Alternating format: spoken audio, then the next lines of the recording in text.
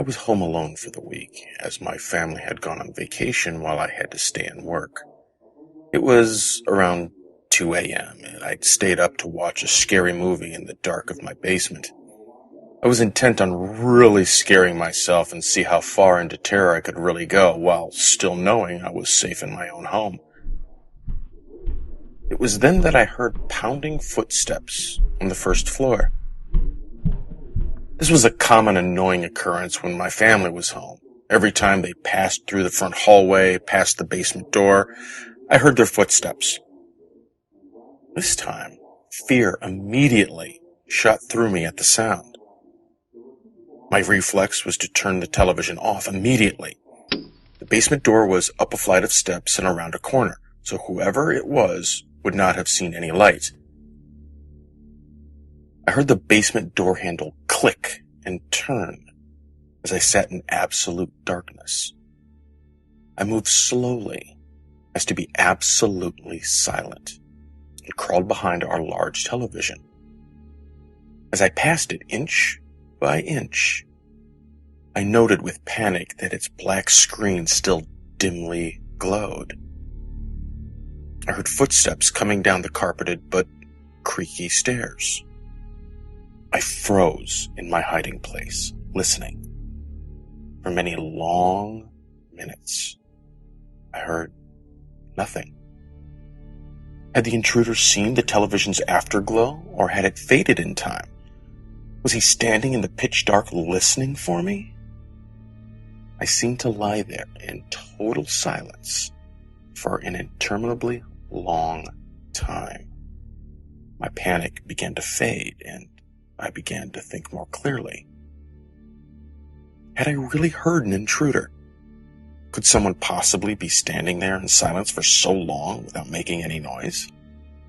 The basement was so exceedingly quiet that the silence itself began to hurt my ears. Could the unknown person really avoid any noise from shuffling or breathing or anything else?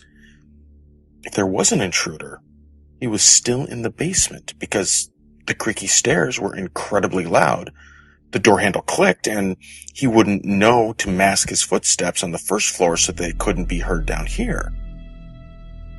I began counting in my head, trying to pass the time, as drool fell from my mouth onto the carpet. I didn't dare risk the sound of swallowing.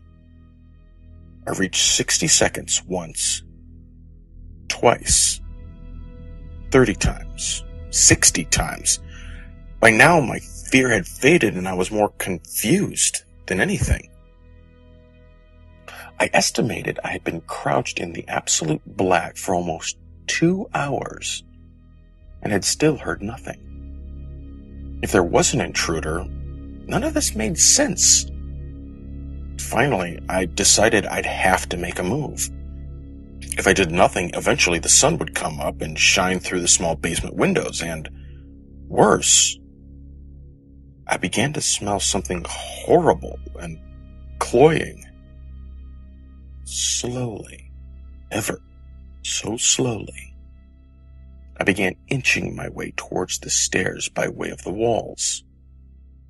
If someone was standing there in the dark, I should be able to go around them and then make a break up the stairs. Meanwhile, the horrible odor grew stronger.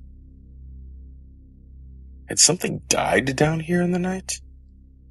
No living person would smell like that.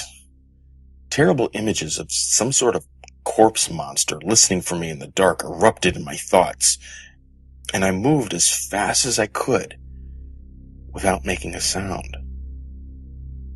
Just as I finally approached the stairs, there was an enormous clatter, as of something falling or collapsing on the floor.